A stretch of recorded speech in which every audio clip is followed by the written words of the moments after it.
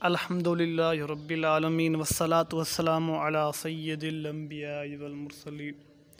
آج میں آپ کے سامنے سورہ فاتحہ میں جو پہلا جملہ استعمال ہوا ہے اس کی ترکیب اور ساتھ میں صرفی اور نحوی اجرا بھی کروں گا۔ الحمدللہ رب العالمین۔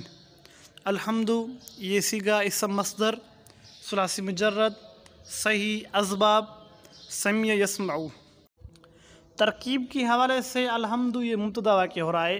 الحمد مرفوع مفرد منصرف صحیح، اس کے اعراب حالت رفع ضمہ سے، حالت نصب فتح سے اور حالت جر کسرہ سے۔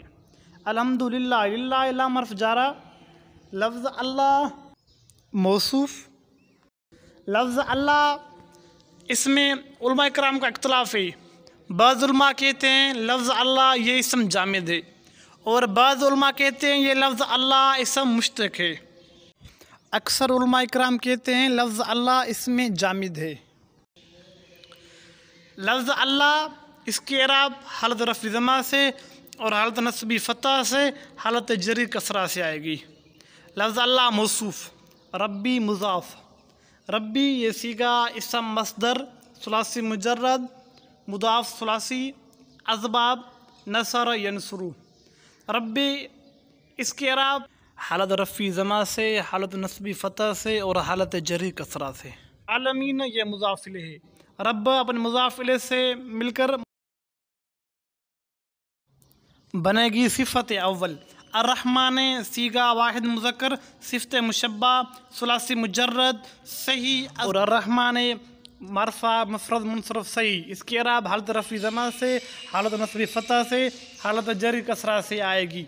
اور الرحمن یہ صفت ثانی بنے گی لفظ اللہ موصوف کی۔ اور الرحیم یہ صیغہ واحد مذکر صفت مشبہ ثلاثی مجرد صحیح اسباب سمع یسمع۔ اور الرحیم مرفوع مفرد منصرف صحیح، اس کے اعراب حالت رفع ضمہ سے، حالت نصب فتح سے اور حالت جر کسرہ سے آئے گی۔ الرحیم یہ صفت ثالثہ بنے گی لفظ اللہ موصوف کی۔ مالک مضاف صیغہ واحد مذکر اسم فاعل ثلاثی مجرد صحیح اسباب ضرب یضرب۔ یوم میں یہ مضاف الیہ مضاف۔ الدین مضاف الیہ، مضاف الیہ اپنے مضاف الیہ سے مل کر پھر بنے گا مضاف الیہ مالک کے لیے۔ مالک اپنے مضاف الیہ سے مل کر یہ بنے گی صفت رابع لفظ اللہ موصوف کی۔ اللہ موصوف اپنے چاروں صفتوں سے مل کر بنے گا مجرور جار کے لیے۔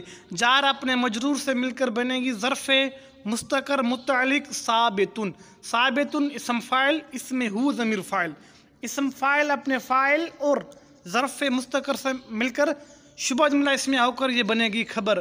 مبتدا اپنے خبر سے مل کر جملہ اسمیہ خبر ہے۔